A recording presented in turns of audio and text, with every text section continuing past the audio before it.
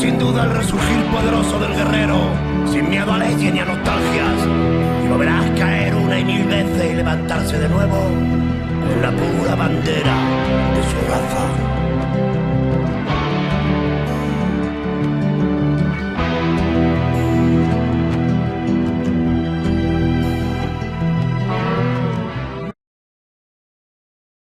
Ludo Martens. Otra visión de Stalin. Capítulo 2. La construcción del socialismo en un solo país. Entre los períodos de Lenin y de Stalin, se situó el gran debate sobre la construcción del socialismo en la URSS.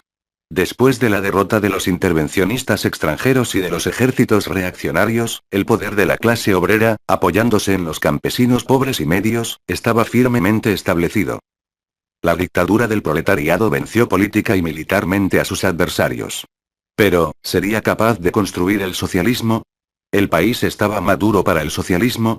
¿El socialismo es posible en un país retrasado y arruinado? Lenin subrayó que después de la victoria de la revolución, todas las grandes empresas y los grandes bancos debían quedar en las manos del Estado socialista. La gran industria moderna traza la vía hacia el porvenir. Será necesario el lanzamiento de una verdadera industrialización del país. Es conocida la fórmula de Lenin. El comunismo es el poder de los soviets, más la electrificación de todo el país. Los soviets son la forma de poder de la clase obrera aliada a las masas fundamentales del campesinado. La electrificación es esencial para la creación de medios de producción modernos. Con estos dos elementos, se puede construir el socialismo. Lenin formuló así su confianza en la construcción socialista de la Unión Soviética y su determinación a realizarla. Sin electrificación, es imposible levantar la industria. Tarea de largo aliento que necesitará al menos de 10 años. El éxito económico no puede ser garantizado hasta el día en que el Estado proletario ruso haya concentrado efectivamente entre sus manos toda la energía de una gran máquina industrial construida sobre la base de la técnica moderna. Tarea enorme, pues su cumplimiento exigirá un tiempo mucho más largo del que hemos necesitado para defender nuestra existencia contra el invasor. Pero, este plazo no nos da miedo. Así, trazando los planes de la industrialización, Lenin pensaba ya en la victoria definitiva. Según Lenin, los campesinos trabajarán, en una primera fase, en tanto que productores individuales. Pero el Estado les ayudará a entrar en la vía de la cooperación. Reagrupando a los campesinos, se podrá integrarlos en la economía socialista. Lenin rechazaba el argumento avanzado por los mencheviques según el cual la población campesina era demasiado bárbara y retrasada culturalmente para comprender el socialismo. Manteniendo, decía Lenin, que tenemos el poder de la dictadura del proletariado, ¿quién es o qué nos puede impedir realizar entre el pueblo bárbaro una verdadera revolución cultural? Seguidamente, Lenin formuló las 3 tareas esenciales para edificar la sociedad socialista en la URSS. Desarrollar la industria moderna en manos del Estado socialista, organizar las cooperativas campesinas y lanzar una revolución cultural, alfabetizar a las masas campesinas, elevar el nivel técnico y científico de la población. En uno de sus últimos textos, sobre la cooperación, Lenin aún precisaba su pensamiento. El poder del Estado sobre todos los principales medios de producción, el poder del Estado en las manos de la clase obrera, la alianza del proletariado con los millones y millones de pequeños y pequeñísimos campesinos, la dirección del campesinado asegurado por la clase obrera, ¿no es acaso todo lo que es necesario para construir, a partir de la cooperación, una sociedad socialista integral? Gracias a esta perspectiva, Lenin y el partido bolchevique lograron suscitar el entusiasmo desbordante de las masas, sobre todo entre las masas obreras. Les inculcaron un espíritu de sacrificio en el trabajo socialista y dándoles confianza en el porvenir del socialismo. En noviembre de 1922, Lenin terminó un discurso en el Soviet de Moscú con estas palabras: de la Rusia de la nueva política económica saldrá la Rusia socialista. No obstante, es la cuestión de la posibilidad de construir el socialismo en la Unión Soviética el que ha provocado, a partir de 1922, el gran debate ideológico y político, debate que se prolongó hasta 1926-27. Trotsky pasó a primera fila para combatir las ideas de Lenin. En 1919, Trotsky había considerado oportuno reeditar Balance y Perspectivas, uno de sus textos capitales que había publicado en 1906. En su prefacio de 1919, anota: el desarrollo de las ideas que encontramos, aproximan de muy cerca, en sus primeras ramificaciones, las condiciones de la época. Ahora bien, ¿cuáles son las brillantes ideas contenidas en esta obra de 1906, que Trotsky quiere ver triunfar en el seno del partido bolchevique? En ellas anota que los campesinos están caracterizados por la barbarie política, la falta de madurez social y de carácter, el atraso. No hay nada ahí que sea susceptible de proporcionar, para una política proletaria coherente y activa, una base a través de la cual nos podamos fiar. Después de la toma del poder, el proletariado estará obligado a llevar la lucha de clases al campo, pero el grado insuficiente aquejado por la diferenciación de clases del campesinado creará obstáculos a la introducción en su seno de una lucha de clase desarrollada sobre la cual el proletariado urbano pueda apoyarse. El enfriamiento del campesinado, su pasividad política y, más aún, la oposición activa de sus capas superiores, que no dejarán de influir por parte de los intelectuales y de la pequeña burguesía pueblerina. Así, cuanto la política del proletariado se haga más precisa y resuelta, más se estrechará el camino y llegará a ser peligrosa bajo sus pies. Las dificultades de la construcción socialista enumeradas por Trotsky eran reales.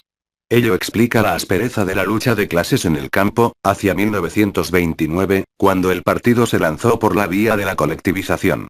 Fue necesaria la determinación inquebrantable de Stalin y sus capacidades de organización, para que el régimen socialista atravesase esta terrible prueba. Pero para Trotsky, las dificultades serían el punto de partida de una política de capitulación y de derrotismo, alineada con llamamientos superrevolucionarios para una fuga hacia adelante. Retornemos a la estrategia política de Trotsky desarrollada en 1906 y que confirma en 1919. ¿Hasta qué punto la política socialista de la clase obrera puede ser aplicada en las condiciones económicas de Rusia? Hay una cosa que podemos decir con certeza. Chocará con obstáculos políticos mucho antes de tropezar con el retraso técnico del país. Sin el soporte estatal directo del proletariado europeo, la clase obrera rusa no podrá mantener el poder y transformar su dominación temporal en dictadura socialista duradera. Respecto a ello, ninguna duda está permitida. Dejada a sus propios recursos, la clase obrera rusa será inevitablemente aplastada por la contrarrevolución desde el momento en que el campesinado sea parte de ella. No tendrá otra posibilidad que ligar la suerte de su poder político y, por consecuencia, la suerte de toda la revolución rusa, a la de la revolución socialista en Europa. Esta echará en la balanza de la lucha de clases del mundo capitalista entero, el enorme peso político y estatal que le habrá dado momentáneamente un conjunto de circunstancias en la revolución burguesa rusa. Repetir estas palabras en 1919, es ya hundirse en el derrotismo. No hay ninguna duda de que la clase obrera no podrá mantenerse en el poder, es cierto que será inevitablemente aplastada si la revolución socialista no triunfa en Europa. Esta tesis capituladora era acompañada de un llamamiento aventurero a exportar la revolución. El proletariado ruso debe llevar, por su propia iniciativa, la revolución al territorio europeo. La revolución rusa se lanzará al asalto de la vieja Europa capitalista. Para mostrar hasta qué punto se atiene a sus antiguas concepciones antileninistas, Trotsky publicó en 1922 una nueva edición de su libro de 1906, enriquecido por un prefacio en el cual reafirma la justeza de sus perspectivas políticas. Después de 5 años de poder socialista, afirmó esto. Es precisamente en el intervalo del 9 de enero hasta la huelga de octubre de 1905, que se formularon por el autor las concepciones sobre el carácter del desarrollo revolucionario de Rusia, que fueron designadas bajo el nombre de la teoría de la revolución permanente. Para asegurar su victoria, la vanguardia proletaria debería, desde los primeros días de su dominación, operar las más profundas incursiones, no solo sobre la propiedad feudal, sino también burguesa. Haciéndolo, entraría en colisión hostil, no solo con todos los gobiernos de la burguesía que le hubiesen apoyado en el principio de su lucha revolucionaria, sino también con las grandes masas del campesinado con las que con su concurso le hubiese hecho avanzar en la toma del poder. Las contradicciones en la situación del gobierno obrero de un país atrasado, en donde la mayoría aplastante de la población está compuesta por campesinos, pueden encontrar solución únicamente sobre el plano internacional, en la arena de la revolución mundial del proletariado citado por Stalin. La revolución de octubre y la táctica de los comunistas rusos, las cuestiones del leninismo, Tirana, 1970, p. 121, 122. Para aquellos que se preguntan si todo esto no está en contradicción con el hecho de que la dictadura del proletariado se mantenía ya 5 años, Trotsky responde, en un prefacio de 1922 a su texto El programa de la paz. El hecho de que el Estado obrero en un solo país, país retrasado al máximo, haya resistido al mundo entero, testimonia la potencia colosal del proletariado que en otros países más avanzados, más civilizados, será capaz de cumplir verdaderos prodigios. Pero nosotros, estando apoyados política y militarmente en tanto que Estado, no hemos logrado la creación de una sociedad socialista, ni nos hemos aproximado. El verdadero impulso de la economía socialista en Rusia no será posible más que después de la victoria del proletariado en los principales países de Europa citado por Stalin, la Revolución de Octubre, p. 130. Lo que claramente significa: los obreros soviéticos no son capaces de cumplir milagros en la edificación socialista. Pero el día en que los belgas, holandeses, luxemburgueses y otros alemanes se levanten, entonces el mundo verá verdaderos prodigios. Trotsky puso todas sus esperanzas en el proletariado de los países más avanzados y más civilizados. Pero, no daba ninguna importancia al hecho de que en 1922, solo el proletariado ruso probó ser realmente revolucionario hasta el extremo de que la huelga revolucionaria que había sido declarada en Europa Occidental hasta 1918 pertenecía ya, en lo esencial, al pasado. Desde 1902, y de forma constante, Trotsky combatió las perspectivas que Lenin trazaba para la revolución democrática y la revolución socialista en Rusia. Afirmaba, justo antes de la muerte de Lenin, que la dictadura del proletariado debía entrar en colisión hostil con las masas de campesinas y de que como consecuencia, no hay salvación para el socialismo soviético fuera de la revolución victoriosa en los países más civilizados. Trotsky tendía a sustituir el programa de Lenin por el suyo. En 1923, en la lucha por tomar el poder en el seno del partido bolchevique, al cual no había pertenecido nunca hasta 1917, lanzó dos ofensivas. Primero, quiso reemplazar la estrategia de la construcción del socialismo formulada por Lenin, por su propia estrategia basada sobre la noción de la imposibilidad de construir el socialismo en un solo país. Después, buscó la forma de eliminar a los probados cuadros del partido bolchevique en provecho de jóvenes que esperaba poder manipular. Para preparar la toma del poder en la dirección del partido, Trotsky retornó casi palabra por palabra a las concepciones antileninistas del partido que había desarrollado en 1904. En esta época, es toda la concepción del partido bolchevique y de su dirección, desarrollada por Lenin, la que Trotsky atacó con la mayor virulencia. Los ataques que lanzó en 1923 contra la dirección bolchevique muestran bien a las claras la persistencia de sus concepciones pequeño-burguesas. En 1904, Trotsky, individualista obtuso, había combatido con particular virulencia la concepción leninista del partido. Había tratado a Lenin de escisionista fanático, de revolucionario demócrata burgués, de fetichista de la organización, de partidario del régimen cuartelario, y de la mezquindad organizativa, de dictador queriendo sustituir al Comité Central, de dictador queriendo instaurar la dictadura sobre el proletariado para quien toda intromisión de elementos que pensaban de otra manera era un fenómeno patológico. El lector habrá observado que toda esta palabrería rencorosa no estaba dirigido al infame Stalin, sino al maestro adorado, Lenin. Este libro que Trotsky publicó en 1904 es crucial para comprender su ideología. Se hizo conocer como un inveterado individualista burgués. Todas las calumnias e insultos que vertió durante más de 25 años contra Stalin, las había escupido ya en este texto, al rostro de Lenin. 3 ejemplos suplementarios. La burguesía ha propagado ampliamente la opinión de Trotsky según la cual Stalin era de una inteligencia mediocre. Pues bien, en su obra de 1904, Trotsky dice a propósito del libro Capital de Lenin: un paso adelante, 2 pasos atrás. No debemos prestar atención a una tal pobreza del pensamiento. Trotsky se encarnizó proclamando a Stalin como un dictador reinando sobre el partido. Pues bien, cuando Lenin creó el partido bolchevique, Trotsky le acusó de instaurar una teocracia ortodoxa y un centralismo autócrata asiático. Trotsky no ha cesado de afirmar que Stalin ha adoptado una actitud cínica, pragmática hacia el marxismo que ha reducido a formularios. En 1904, criticando la obra de Lenin Un paso adelante, Trotsky escribió: no se puede manifestar más cinismo respecto al mejor patrimonio ideológico del proletariado que el que hace el camarada Lenin. Para él, el marxismo solo es un método de análisis científico. En su libro de 1904, Trotsky inventó el término sustitucionismo para atacar al partido de tipo leninista y su dirección. El grupo de revolucionarios profesionales actúa sustituyendo al proletariado. La organización sustituye al partido, el comité central a la organización y finalmente, el dictador sustituye al comité central. En 1923, casi siempre en los mismos términos que utilizó contra Lenin, Trotsky ataca la concepción del partido bolchevique y a su dirección.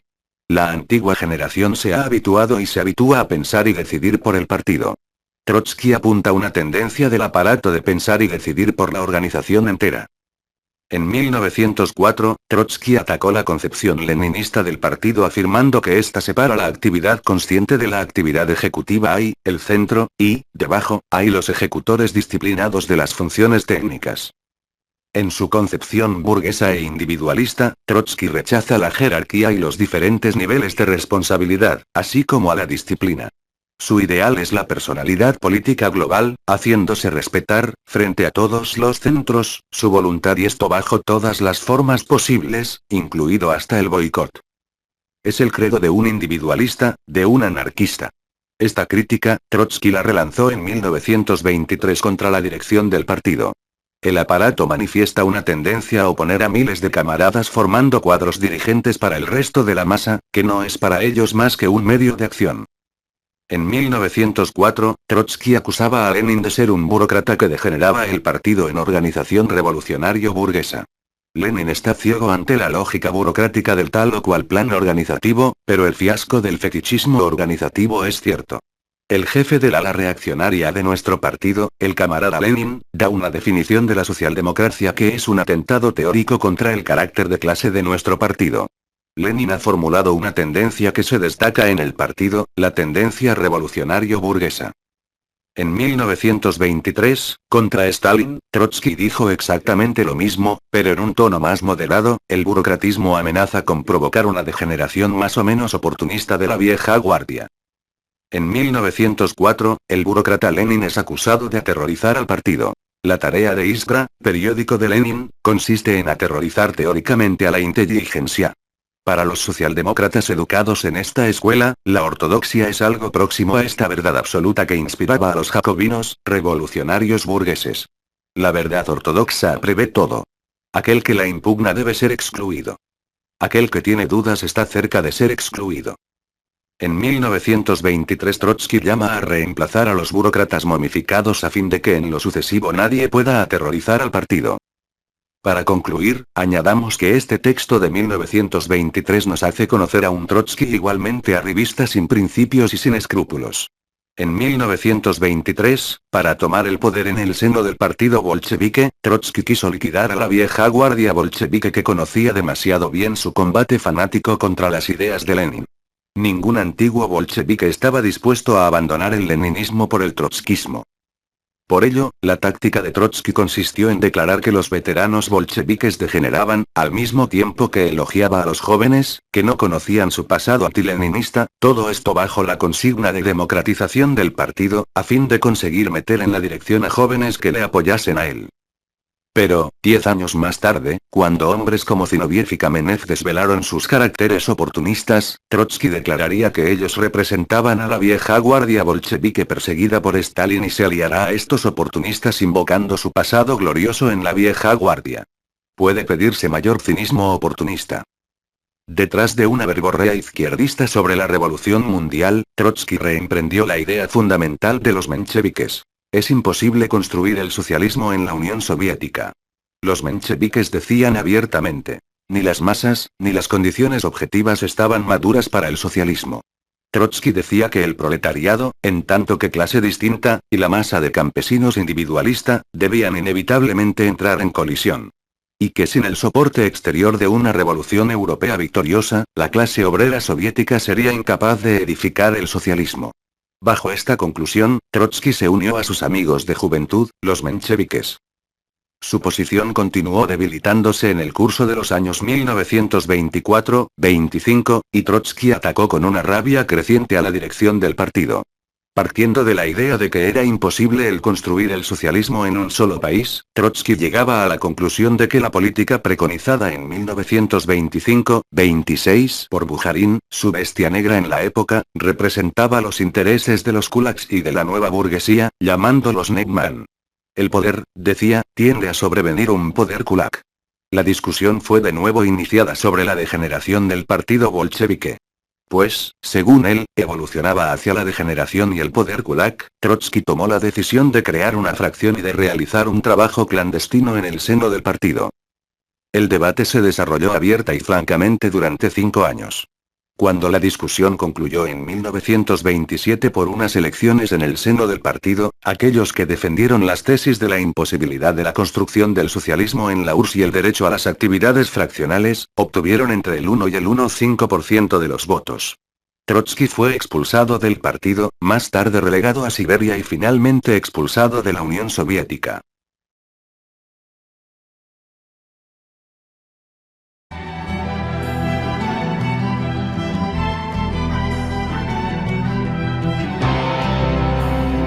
Verás sin duda el resurgir poderoso del guerrero, sin miedo a leyes ni a nostalgias. Y lo verás caer una y mil veces y levantarse de nuevo en la pura bandera de su raza.